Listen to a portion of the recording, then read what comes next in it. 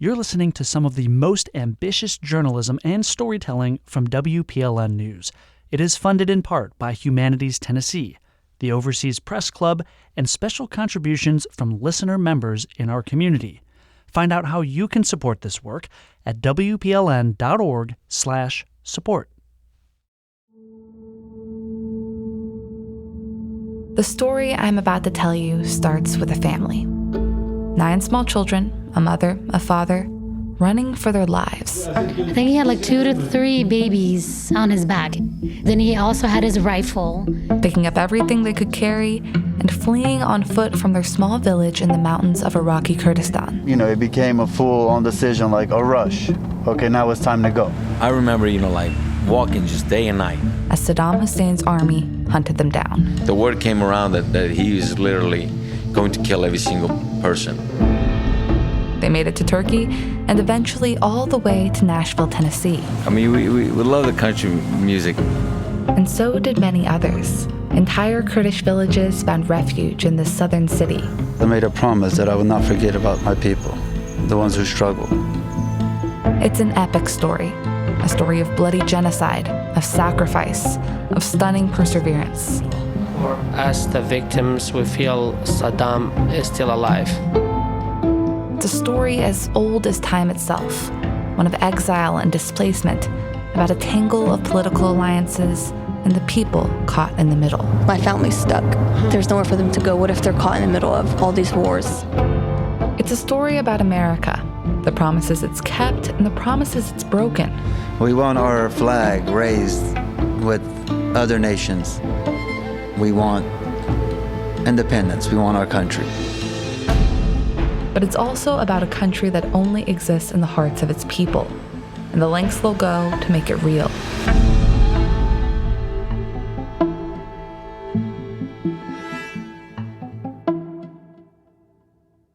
I'm Rose Gilbert, and from Nashville Public Radio, you're listening to The Country in Our Hearts.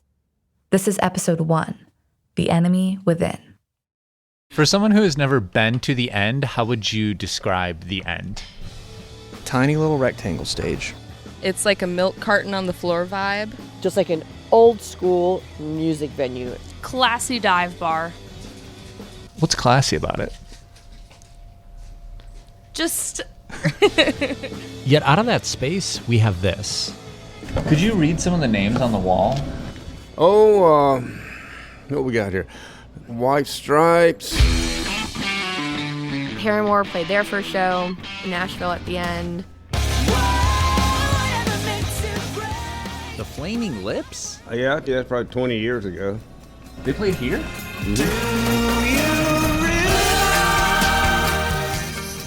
Yeah, a lot of bands play here when they first get started, so.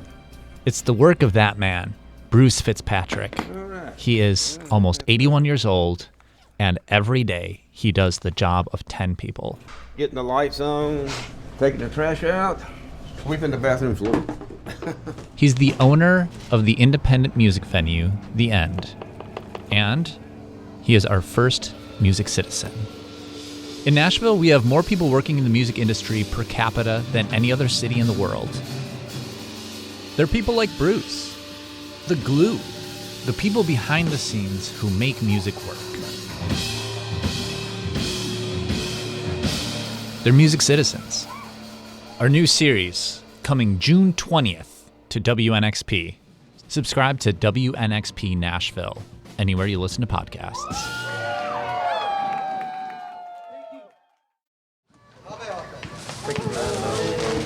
Hey, how are you? Good, thank you. Good, how are you? Give me a couple of minutes. Yeah, no worries. Jihan International Market sits on a busy stretch of Nolensville Pike in South Nashville. Locals call this area Little Kurdistan, but it's not really that little. Nashville is home to the largest Kurdish community in the U.S. More Kurdish people live here, in this booming southern city, than anywhere else in America. Nashville's Little Kurdistan lives in markets like Jihan, where shawarma roasts slowly while the bakery churns out traditional Middle Eastern breads. Every day fresh.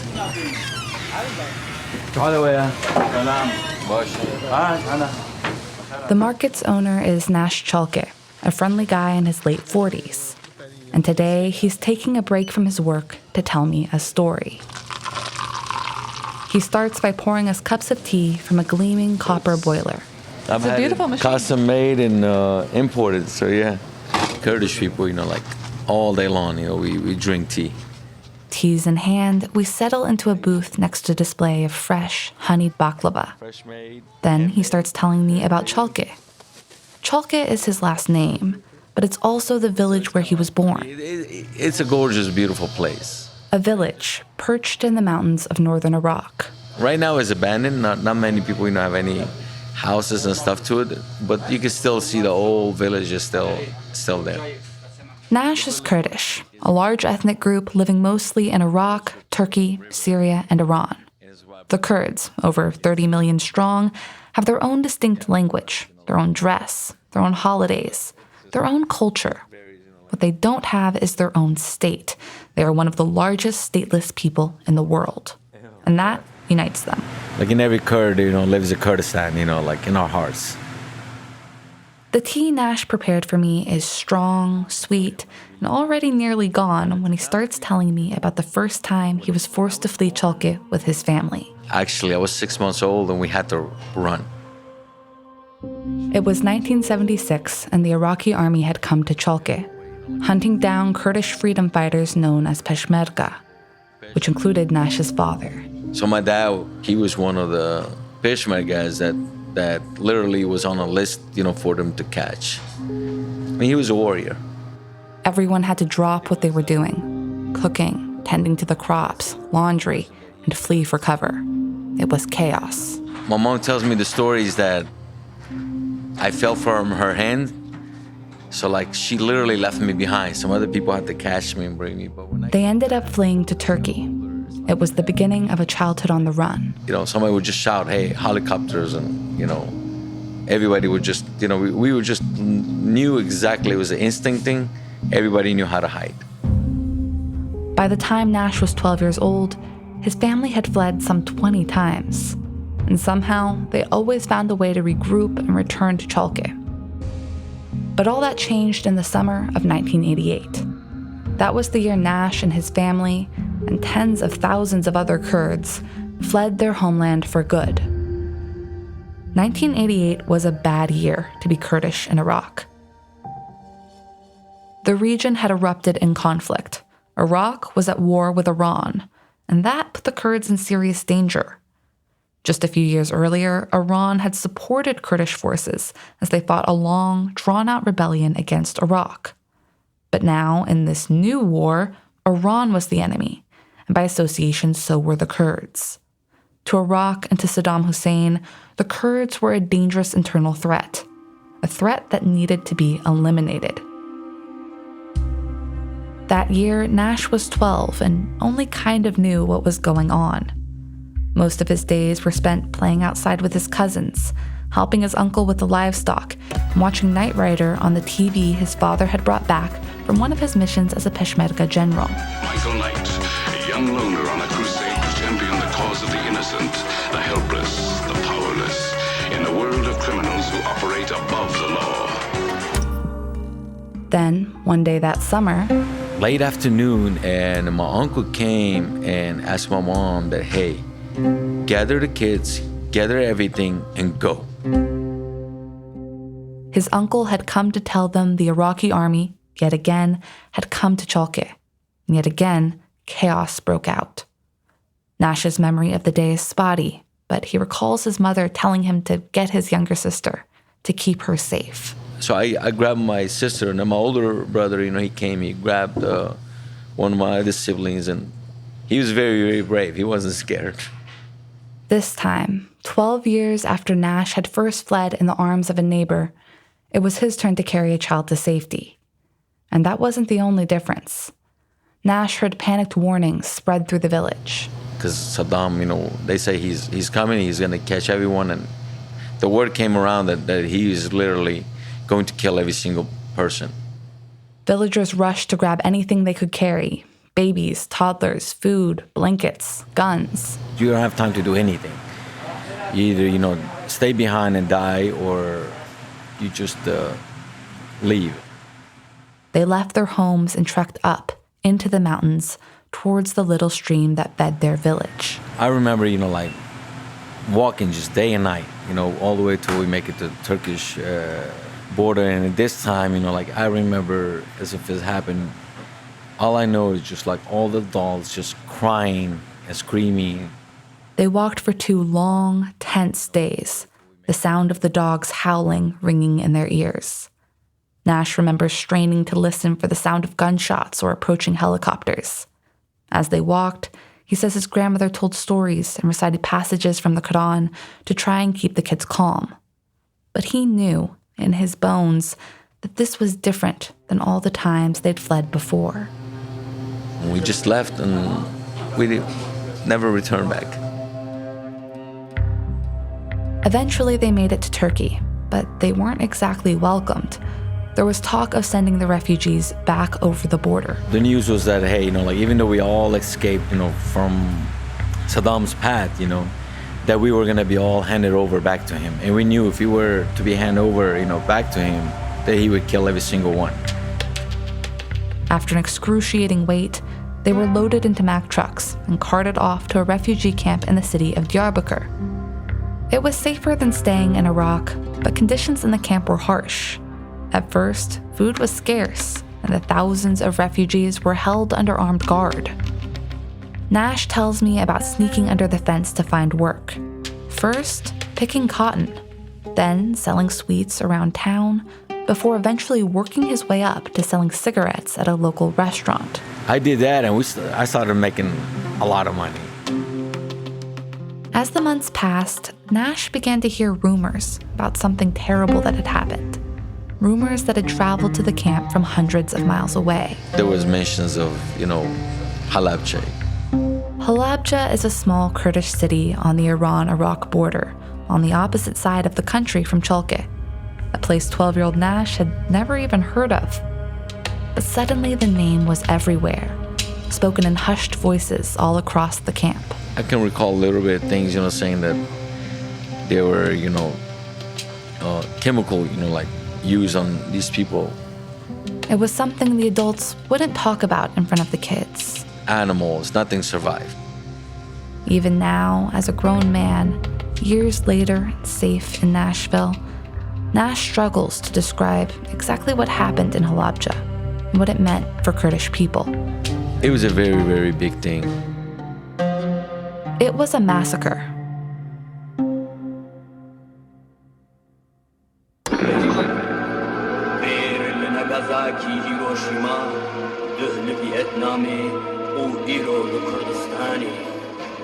Kurdish history is pockmarked with massacres. But what happened in Halabja was something new and chilling, even for people who were no strangers to the brutality of war.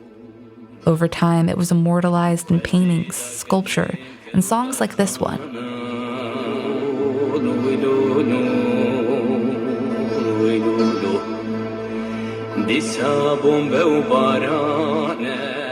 But I had never heard of Halabja. I hadn't even been born when it happened. Growing up in Kentucky, there weren't a lot of Kurdish people around. Then I moved to Nashville, where I was introduced to Kurdish theme nights at hockey games and Kurdish New Year celebrations. And of course the food. Kebabs, cheese rolls, the bread, many, many different kinds of bread. And when I started talking to people, during interviews at kitchen tables, markets, mosques, Halabja came up, again and again and again. Halabja city. The chemical bombing in Halabja. Yeah, that was horrific. The images were horrific. But when Halabja happened, they decided to get their citizenship. They bomb with the chemicals, Straight from Halabja. Halabja loomed large in the lives of so many Kurds. It was a grim and very important milestone. A huge chapter in the story of how Nashville became home to the largest Kurdish community in America. The thing beneath the theme nights and restaurants and New Year's festivals. And so there was no way I could do this story justice, do Nash's story justice, if I didn't understand this massacre. I needed to talk to the people who survived it, had witnessed the fallout, and see how they were living today. I needed to go to Halabja. I needed to go to Kurdistan. More after the break.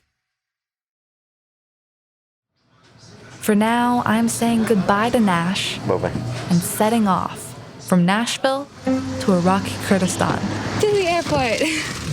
3 flights, a long drive through the mountains, and 2 full days of travel later, and I'm here, Halabja. It's nearly midday, blazing hot. The city's narrow streets are quiet except for a few men eating lunch in a shady park, the loose chickens pecking at their feet.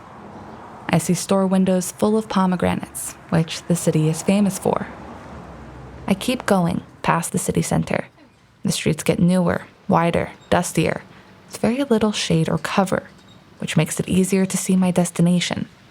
A soaring monument, a 100-foot tower of curving metal beams topped with a Kurdish flag. And beneath it, a museum dedicated to remembering this massacre. There, along with my translator, I meet a man named Lukman Abdulkadir. He wears a black suit, instantly recognizable as Kurdish by its loose trousers and the patterned sash tied at his waist. His dark hair and mustache are beginning to go gray, and behind a pair of glasses, his eyes are clouded and scarred. Lukman is the president of the Halabja Chemical Victims Association. As we arrive, the armed guard stationed at the monument's entrance smiles when he sees Lukman and asks how he's doing. Inside the lobby, a group of older men sit in a cluster of plastic chairs, chatting and twirling strings of prayer beads as casually as if they were hanging out at a favorite tea house. The men all seem to be regulars here. I'm not exactly sure why they'd want to spend time at a monument built to remember the worst day of their lives. Except maybe there's no use trying to forget about it. It's the thing they carry with them every day, the thing they can't avoid. And if you have to carry that burden, I imagine it's got to be better with company. Among these men is Lukman. In 1988, Nash and his family fled their village and escaped into the mountains. Lukman wasn't as lucky. There was no time, no last-minute warning for what was coming for him or for the people of Halabja. It was March 16th, 1988, springtime, a time to plant crops and prepare for Nowruz, the Kurdish New Year celebration. The skies were clear and blue. Lukman Abdulkadir was a young man and newly married. I was 20 years old. I was a naughty guy, naughty boy. He was getting ready for lunch with his family when they saw them.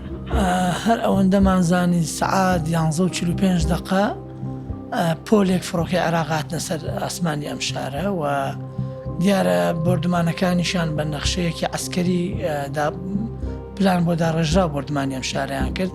سەرەتای بۆردمانەکە بە ناپاڵم بوو بۆەوەی دەرگا و پەنجەرەکان بشکێنێ و دواتر چەکێکیمیان بەکارهێنا. We saw like fighter jets circling the town above. We could hear them and see them. And at first they did where they bombed the town with something called napalm. I think that's kind of, napalm. Yeah, they bombed it with that, and they were very strategic in their attack. When the napalm attack happened, all the windows broke. With the windows blown out, their homes couldn't protect them from what was to come. Bombings had become common in Halabja, caught as it was in the middle of the Iran-Iraq war. Terrifying, but common. So Lukman wasn't surprised when a second round of bombs were unleashed just a couple hours later. But this time was different. The bombs didn't go off.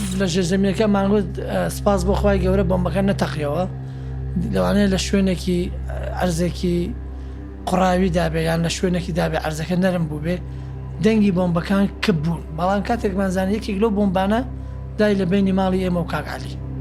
And we were happy. We were like, thankfully these bombs don't explode, like, you know. They thought they'd gotten lucky. Then the bomb started to emit a strange smoke. دای لە بینی ماڵی ئێمە و دراوسەکەمان ماڵی کاک عەلی ناوبوو. ئیتر بۆنێکی زۆر ناخۆشیە بوو. بۆنی هێلکەی گەنیوێدا، بۆنی غازی تەباخ و شتی وایەدا. تووشی ڕشانەوە بووین. توقعمان ناكر كيميائي بيكسرتها. It had an awful smell like rotten eggs or something like that, and we didn't know it was a chemical attack, and then we started throwing up. We developed sore eyes and sore throats, and we began like puking, throwing up, and كوي مالي ما هبو كوكان مردن يكسر. And we had pigeons, they died right away. مانجا ما هبو لا حوشك جور ما هبو مانجا كان ما كوتنا لقفرة بدياري قمانو. We saw our cows like dying.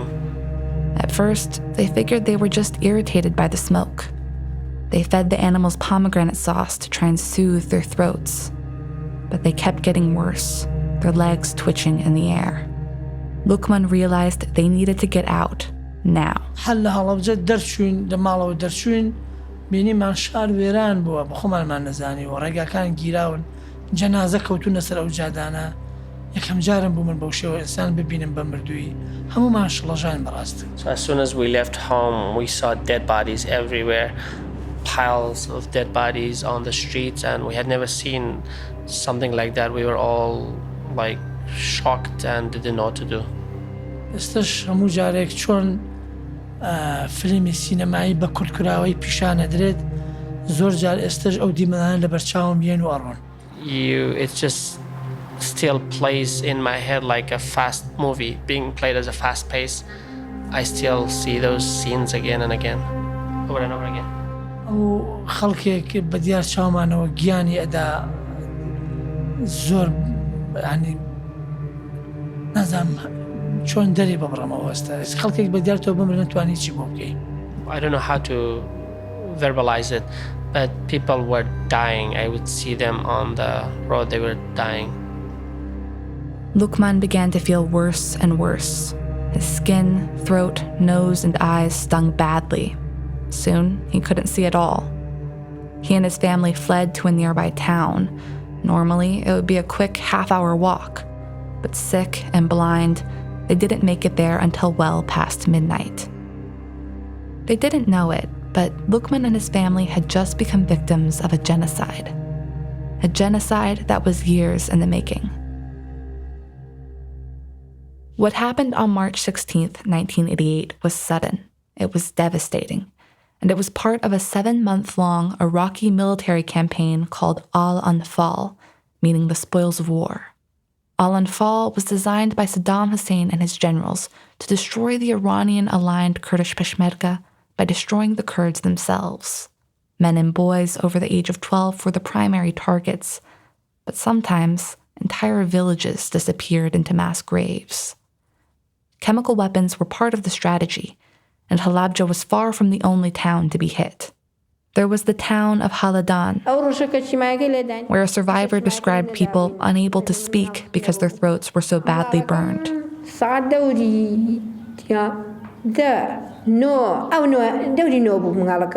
The Jafati Valley, where some people abandoned their children in the chaos.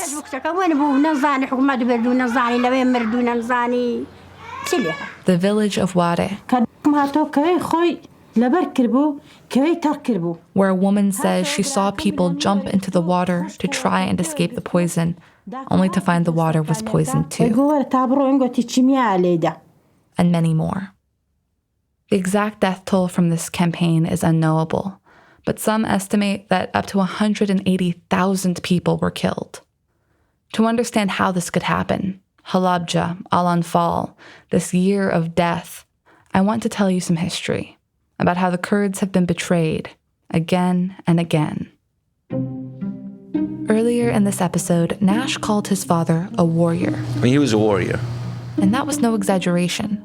Kurdish Peshmerga were skilled guerrilla fighters, peerless in their knowledge of their native mountains.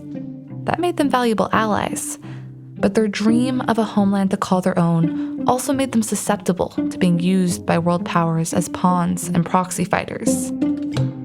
For most of the 60s and 70s, Kurdish Peshmerga fighters were allied with Iran and the US, fighting a rebellion against Iraq. But in 1975, the US brokered a deal between Iran and Iraq. Support from the US and Iran was cut off, leaving the Kurds highly vulnerable. In the wake of this deal, Iraq started a campaign of retribution, hunting down Peshmerga and their families. That is where we started this episode, Nash's family fleeing from this retribution. So my dad, he was one of the Peshmergas that literally was on a list, for them to catch. When asked about betraying our Kurdish allies, Secretary of State Henry Kissinger reportedly said, covert action should not be confused with missionary work. Then, in 1979, revolution broke out in Iran. The Shah of Iran, America's old ally, was gone. University students demonstrating in Tehran, shouting death to the Shah, pledge allegiance to the Islamic movement of the Ayatollahs. That same year, there was the Iran hostage crisis, which had America holding its breath, counting the days. Thursday, April 3rd, 1980, the 152nd day of captivity for the American hostages in Iran. This is Walter Cronkite, CBS News. Good night. It was in the midst of all this upheaval that Iran and Iraq went to war. But this time, the United States was backing Iraq, offering Saddam Hussein military intelligence, helicopters, and billions in economic aid. The U.S. wasn't thrilled about supporting Iraq. Kissinger said at the time, it's a pity they both can't lose. Still, in the eyes of the U.S., defeating Iran was more important than anything else, including the Kurds. Meanwhile, Iraq was developing a deadly chemical weapons program. A lot of people tried to lie about what happened next, but here's what we know for sure. By 1983, Iraq had deployed chemical weapons against both Iran and the Kurds. The Iraqi military even released a press statement, quote, "For every harmful insect, there is an insecticide." Nizar Hamdoun, the ambassador of Iraq, what, in your opinion, should the United States government be doing to bring about peace in the Middle East? Well, I think lots of things should be done, and here I should not suggest that it's an easy job. Nizar Hamdoun was America's go-to guy in the Hussein regime. In 1986, he made multiple appearances on C-SPAN on, of all things, a live call-in show where he fielded viewers' questions, including questions about Iraq's use of chemical weapons. Norman, Oklahoma, you're our next caller. Go ahead, please. Yes, good evening. I've been one of your fans of the program for a long time. Questions like this one, which, chillingly, came about 16 months before Halabja. But I was really disappointed to see you inviting a representative from a regime that is responsible for so many crimes. I wanted Mr. Hamdoun to express some points, if he can, if he does have any answer. The use of chemical weapons and many other violations of international law, which I don't speak of myself, but it is actually recorded by the Red Cross, and which unfortunately is not being reflected by the news media here. Hamdoun dismissed this accusation as Iranian propaganda, a tall tale told by a fanatical enemy to explain why it was losing ground to smaller, weaker Iraq.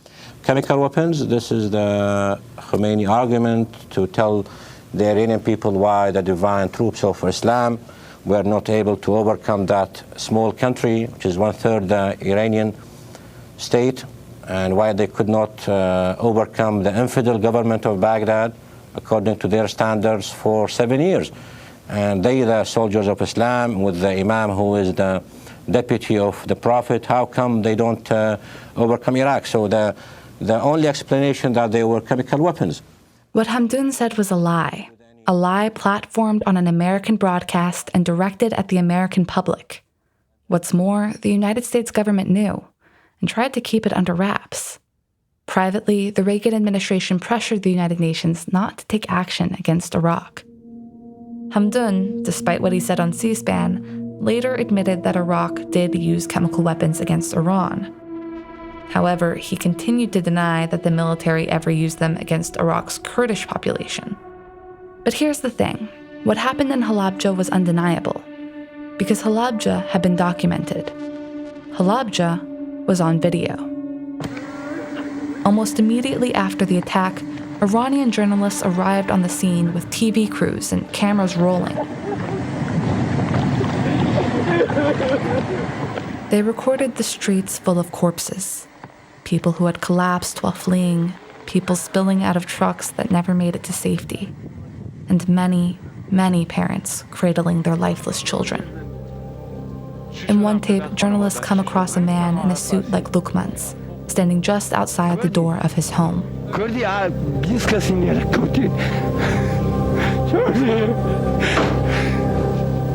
کی بمبارون کرده؟ کی بمبارون کرده اینجا رو؟ غزیش کی؟ صدام بمبارون کرده؟ غز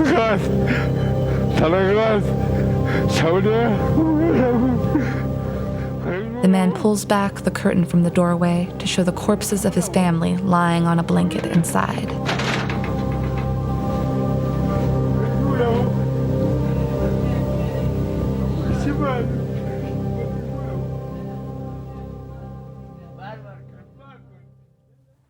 No matter what the Iraqi government or Nizar Hamdan had to say, how readily they denied what they'd done, the work of those Iranian journalists proved what had happened in Halabja.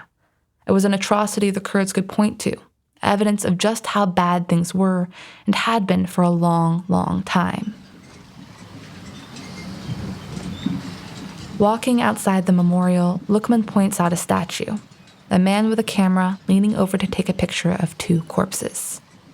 Immediately, I recognized it, a recreation of the most iconic image of this tragedy, one I'd seen dozens of times at this point. A man in traditional Kurdish clothes holding his baby. Both had died in the street while trying to escape. So this is not any specific figure, but this is a statue for all the photojournalists who came here to respect their work, you know. Because of those photographers that people know about what happened here. After the attack, Lukman and his family made it to a neighboring town and eventually Iran. He was badly injured, but in a sense, he was also lucky. One of just a couple dozen victims Iranian doctors selected, out of thousands, to be airlifted to Germany for treatment. I couldn't talk either at the time. I had lost my capacity. I was all burned up.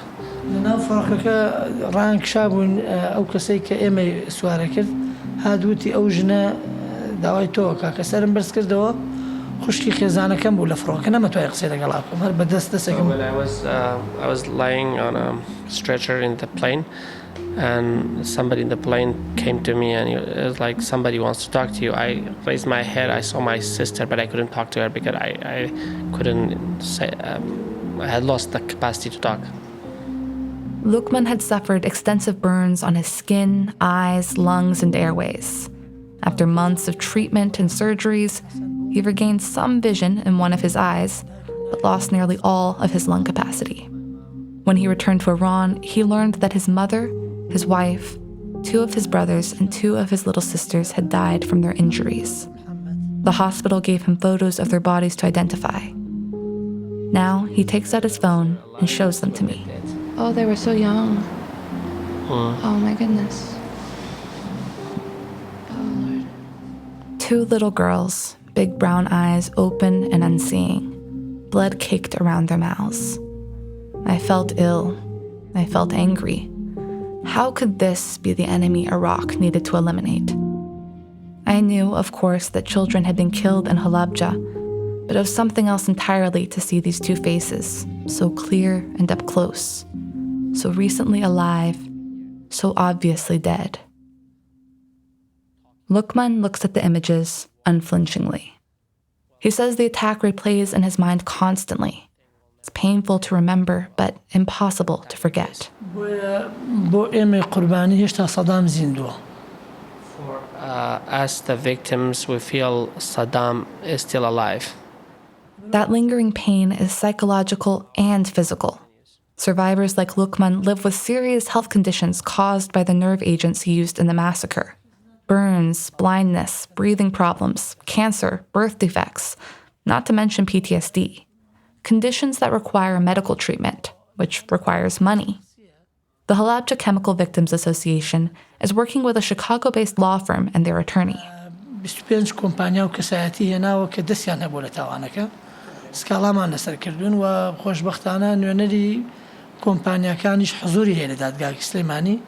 وحوتي دج مرافعة معنا اعتمادي هي چەند مرافعەیەکی تر بڕیارەکە دەرچێ و ببرێتە ئەڵمانیا ببرێتە فەڕەنسا ئەو وڵاتانەی کۆمپانیەکانی لێبۆ کەسایەتیەکانی لێبۆ دەوێت داوای قەرەبوویان لێکرێت. He is پیاوانیا.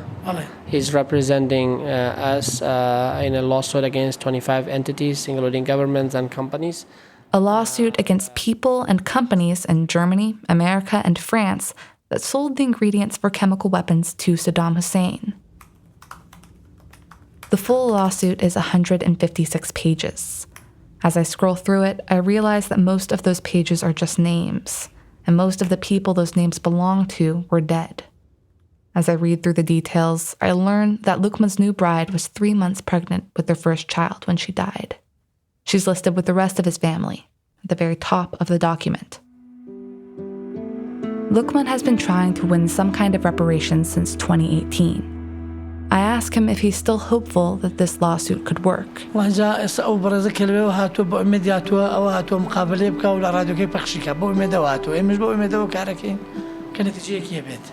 So, of course, you when you came here, you had hope that you could get your interviews done, right? Also, we are always hopeful that our work won't be futile.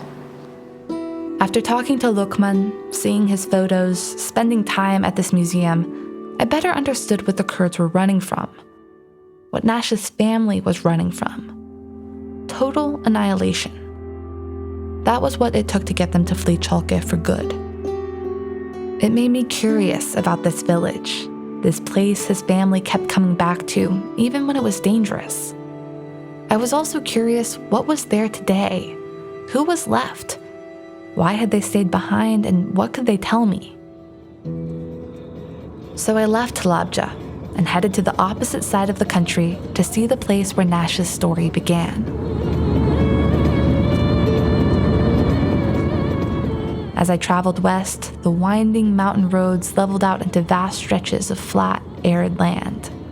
I passed towns, fields of crops coaxed from the dry earth by spindly irrigation systems, shepherds on horseback. The air was thick with dust, making everything look hazy and far away. The scenery was striking, but what really stuck out to me were the checkpoints. Peace is still a bit of a high-wire act around here. Since the US invasion of Iraq and the fall of Saddam Hussein, Kurds have had their own autonomous region in northern Iraq. It's not a full-fledged independent state, but they do have their own regional government. And the Peshmerga have gone from outlaw freedom fighters to an officially sanctioned military force. A military force that has spent the better part of the past decade at war on the front lines against the terrorist group ISIS. So, plenty of checkpoints, manned by armed Peshmerga with Kurdish flag patches on their uniforms. I passed through about 10 of them on the way.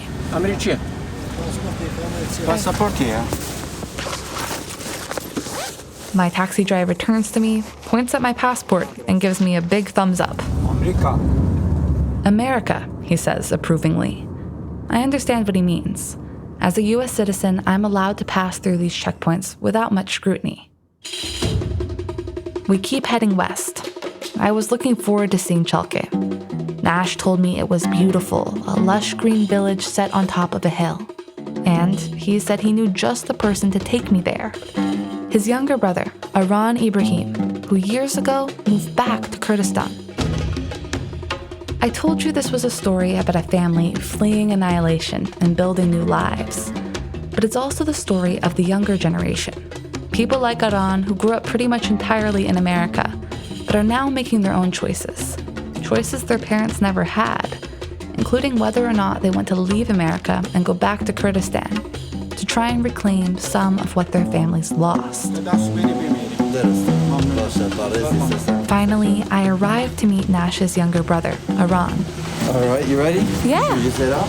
Yeah, let's do it. It's time to see the place Nash is named for, the place he was forced to flee as a child, and now the place his brother has returned so many years later. It's time to see Chalke.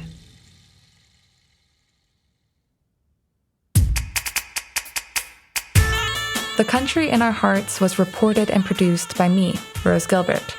My editor and co-producer was Maraba Knight. Additional editing by Tony Gonzalez, Latanya Turner, and Rachel Iacovone, with help from Mariana Bacallao, Char Daston, and Justin Barney. Mac Limbaugh is Nashville Public Radio's Vice President of Audience and supported this project in many ways. Our community and cultural advisors on this project were Dr. David Romano and Dilman Yassin. Sound design was done by Martine Cruz, fact-checking by Daniel Potter, original logo artwork was done by Nuveen Barwari, traditional music by Arkandowski, with additional music from Blue Dot Sessions. Special thanks to the Kurdish Memory Program for the audio of the victims of the Al Anfal chemical attacks. They have an amazing trove of resources and oral histories on their website, kurdishmemoryprogram.com. Thank you to Paul McAdoo, Jennifer Nelson, Namo Abdullah, Lukman Abdelkadir, and the Halabja Chemical Victims Society. Audio of the interview with the Halabja chemical attack victim is courtesy of Kurdistan 24. The Country in Our Hearts was made possible by the financial support of Nashville Public Radio listeners and special contributions by members Jackie Schrago, Fletcher Burton, and William D. Kenner, M.D. Travel was funded in part by the Overseas Press Club, and the project received an important grant from Humanities Tennessee, an independent affiliate for the National Endowment for the Humanities. The findings and conclusions of this podcast do not necessarily represent the views of Humanities Tennessee or the National Endowment for the Humanities.